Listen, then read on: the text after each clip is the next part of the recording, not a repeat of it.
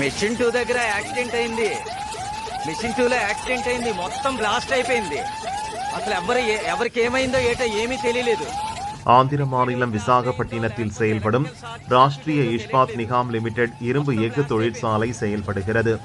இந்த தொழிற்சாலையில் கிரேனில் 1600 degree Celsius வெப்பநிலையில் உருகிய இரும்பு கொண்டு செல்லப்பட்ட போது கலன் திடீரென வெடித்து சிதறியது.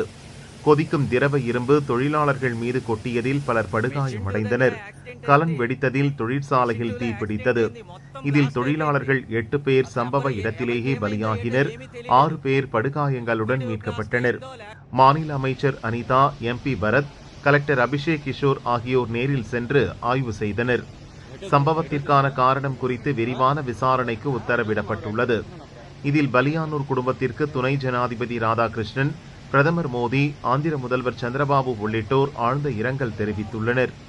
பலியானோர் குடும்பத்திற்கு பிரதமரின் நிவாரண நிதியிலிருந்து தலா 2 லட்சம் ரூபாயும், காயமடைந்தவர்களுக்கு தலா 50,000 வழங்கப்படும் என பிரதமர் மோடி அறிவித்துள்ளார்.